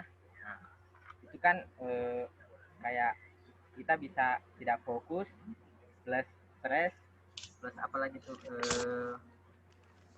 plus tidak ada waktu istirahat. Nah, itu mungkin menghilangkan 3 dari tips manajemen waktu yang tadi Bapak berikan. Nah, bagaimana itu Pak? Bisa diulangi, putus-putus. Pak, kan misalnya kita masih posisi awam begitulah, masih sangat minim pengetahuan tentang manajemen waktu. Nah, di sini kan kita mau kolaborasikan dari ketiganya tentang wirausaha, organisasi, dan belajar atau kuliah. Nah, tadi Bapak kasihkan tips, Kakanda kasihkan tips, 3 kasihkan tips tentang manajemen waktu. Kan kalau misalnya kita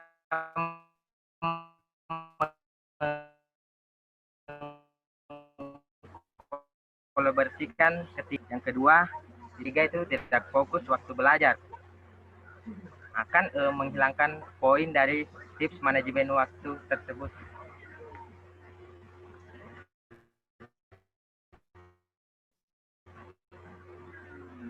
Oke Dinda, bagus pertanyaannya.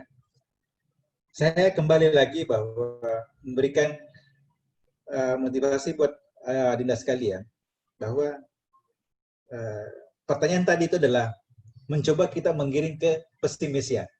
Tapi ingat bahwa kita harus optimis. Kita harus optimis. Tadi takutnya jangan sampai kita tidak fokus karena berjalan 3. Ya. Kemudian bisa saja kita stres. Ya. Itu bisa saja terjadi.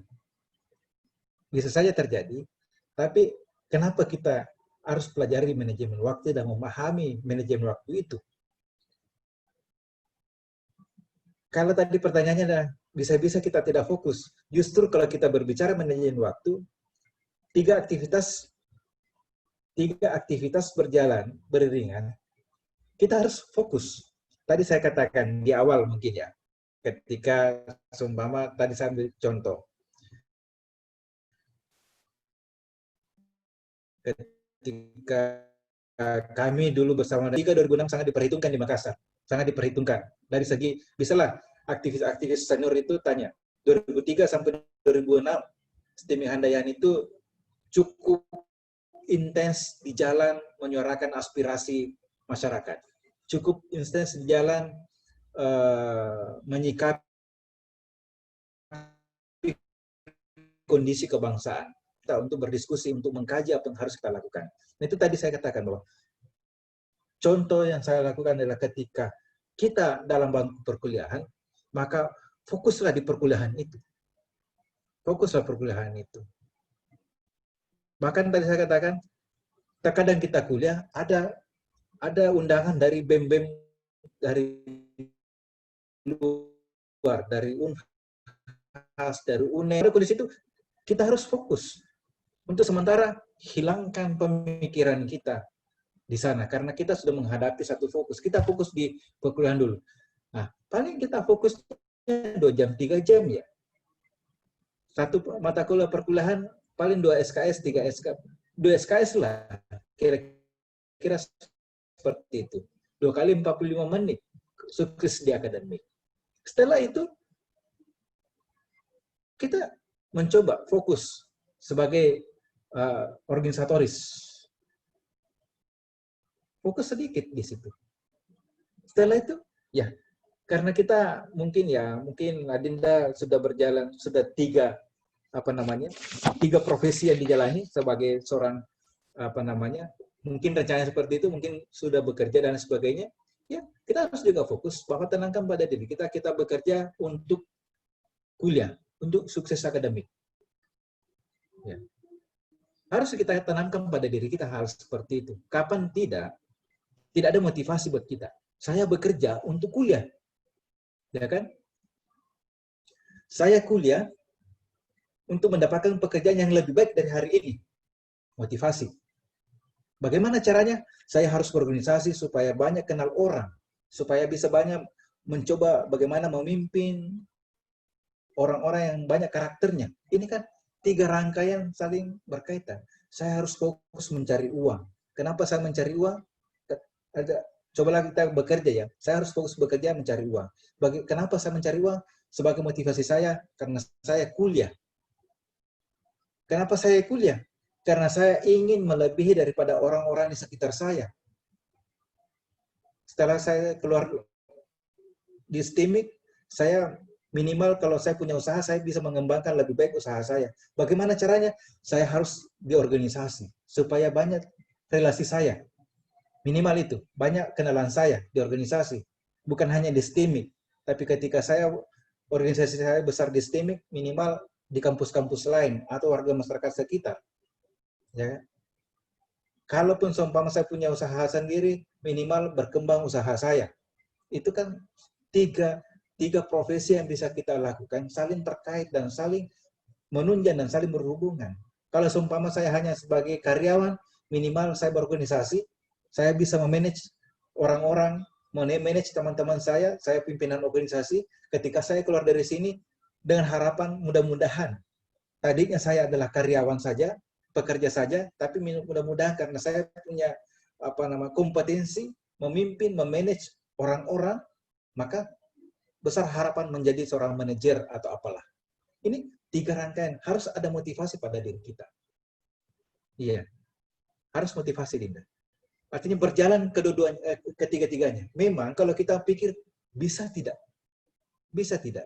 Saya juga dulu berpikir seperti itu. Mustahil. Seorang aktivis nilainya bagus, akademiknya bagus, sukses organisasi. Tapi ternyata kita lakukan komitmen pada diri kita, hal seperti itu harus kita pandang. Tidak boleh image bahwa seorang aktivis itu nilai akademiknya anjlok. Tidak boleh. Kita harus komitmen pada diri kita. Artinya bisa. Kemudian ketika kita masuk dunia kerja, mana mungkin? Sesungguhnya ketika kita dalam dunia kerja, kita berorganisasi dan akademik bagus, itu kan satu rangkaian yang membawa kita sukses yang lebih daripada hari ini. Iya. Coba hari ini kita sumpah menjadi karyawan. Kita akademik. Itu motivasi. Hari ini sumpah kita karyawan. Ataukah kita pimpin perusahaan seumpama. Kita perbaiki akademik kita sebagai ilmu. Kita punya ilmunya. Kemudian bagaimana kehumasannya, bagaimana bisa membangun jaringan, membangun relasi. Kita di organisasi. Ketika sukses akademik, sukses organisasi, yakin dan percaya, pekerjaan kita itu akan lebih baik lagi. Kalau selama ini kita jadi karyawan, bisa saja karena kita sudah, kalau kita karyawan itu, bekerja, motivasi kerja kita karena ada kita digaji, ya kan? Tapi organisasi non-profit itu adalah organisasi mahasiswa itu adalah kita bekerja tulus, ikhlas. Kalau kita sukses bekerja tanpa embel-embel terkait dengan materi, yakin dan percaya ketika adik-adik teman-teman sekalian di dunia kerja sesungguhnya pasti Anda lebih sukses. Karena kenapa? Anda kan sudah ada uangnya. Kita ini di organisasi kemahasiswaan tidak ada uang. Kita mencari uang, bekerja, dan lain sebagainya. Betul-betul organisasi sosial. Tapi kalau di dunia kerja kan sudah jelas. Kita sudah digaji. Tinggal kompetensi kita. Mampu tidak kita bersaing dengan mereka-mereka. Jalurnya adalah bagaimana kita matang di organisasi. Saya kira begitu, Dinda. Ya. Ya, Pak, makasih, Pak. Gimana, panitia? Apa yang sampai ada pemateri yang lain? Masih panjang kan, Pak? Masih panjang. Dan jangan sampai ada pemateri yang lain yang juga masuk. Ya, silakan, Dinda. Ya memang sih virtual seperti ini bagusnya yaitu kita tidak berdekatan, corona menjauh. Tapi kalau segi pendalamannya biasanya lebih bagus kalau kita bisa bertatap muka langsung. Ya mudah-mudahan ada waktu nantinya kita bisa sharing-sharing lah. Saya yakin banyak adik-adik sudah sukses juga. Ya, kita bisa sharing. Oke. Panitia?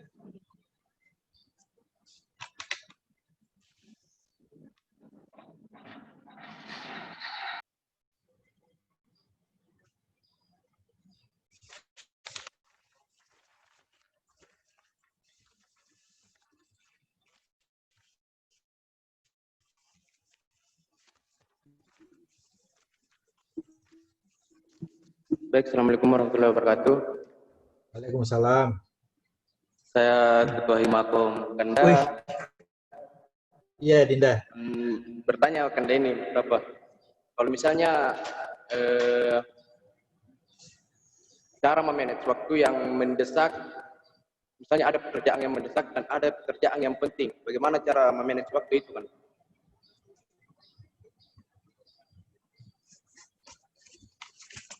Ya, masih ada?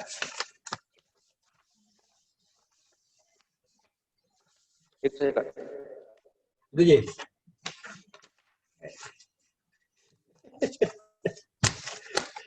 Iya.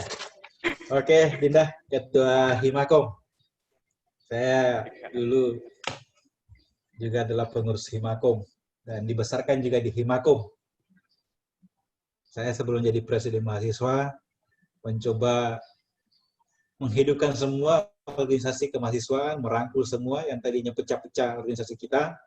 Awalnya saya di Himakom, karena masih maba, kita kan sudah menjadi anggota Himakom. Dari waktu itu saya masih maba,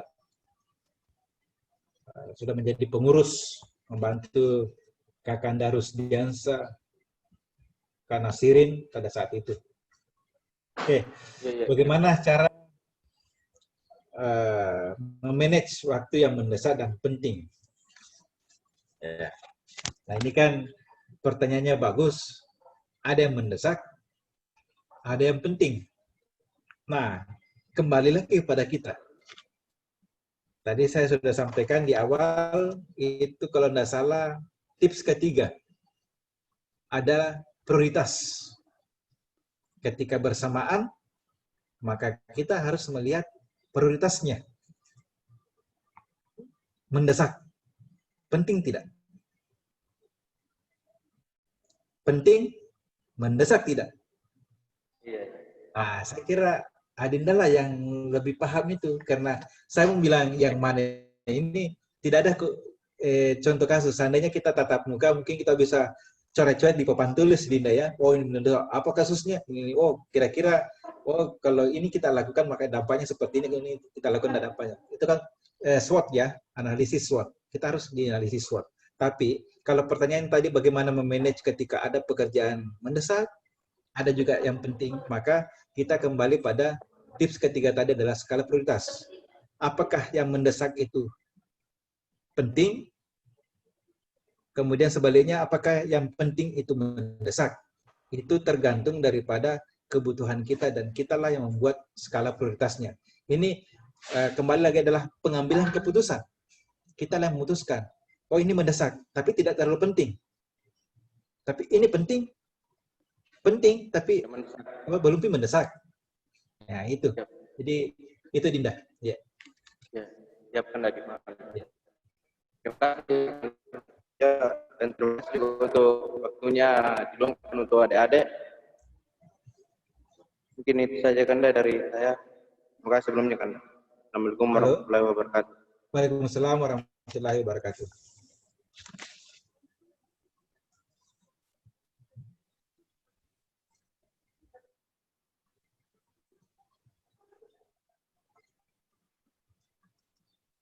Ini sudah di closing ya.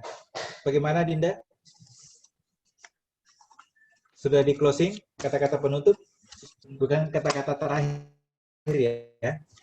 Kata-kata penutup. Tunggu moderatornya kan. Oh.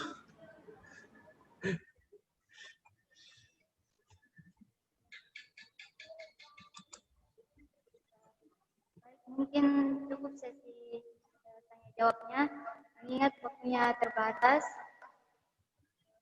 Jadi itulah materi yang sangat menarik mengenai manajemen waktu yang dibawakan oleh Kapanda Arifin Arman.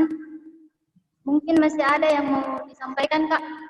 Ya, oke, Dinda. Saya ingin sampaikan kepada Dinda sekalian bahwa manajemen waktu itu sangat kita perlukan. Ya, kalau ingin sukses ke depan, bermimpi sukses ke depan, maka mulai hari ini perbaikilah manajemen waktu itu. Ya. Belajarlah bagaimana memanage waktu dengan baik. Gitu. Jangan berpikir tidak mungkin. Kita harus optimis melakukan sesuatu. Ya. Jangan mikir, tidak mungkin. Karena tadi janganlah ragu, jangan takut salah. Kalau kita yakini bahwa itulah yang terbaik kita lakukan, maka Bismillah lakukan itu. Ya. Ya. Kemudian Dinda, mohon maaf kalau tadi saya sampaikan itu kebanyakan persoalan tidak terlalu banyak masalah teori, tidak ada slide dan lain sebagainya, karena memang saya lebih cenderung tidak usahlah kita banyak teori, karena teori itu di mana-mana ada, definisi di mana-mana ada, tapi bagaimana mengaplikasikan manajemen waktu dengan baik, dengan mungkin apa yang telah kita lakukan dan apa yang kita rasakan bersama. Ya. Suatu saat nanti Dinda kita bisa ketemu di lain waktu, mungkin Dinda pengurus Himakom juga, sudah lama saya di kampus juga. Mudah-mudahan ada waktu nanti di lain waktu kita bisa ketemu dan bisa berdiskusi lebih jauh lagi. Sukses Dinda semua, ya, sukses akademik, sukses organisasi, insya Allah akan sukses di dunia pekerjaan. Terima kasih Dinda. Billahi taufiq wal hidayah. Assalamualaikum warahmatullahi wabarakatuh. Waalaikumsalam. Sebelum saya tutup, saya mengucapkan banyak terima kasih kepada pemateri atas partisipasinya di kegiatan JOS tahun 2020 ini. Dan mudah-mudahan apa yang disampaikan oleh pemateri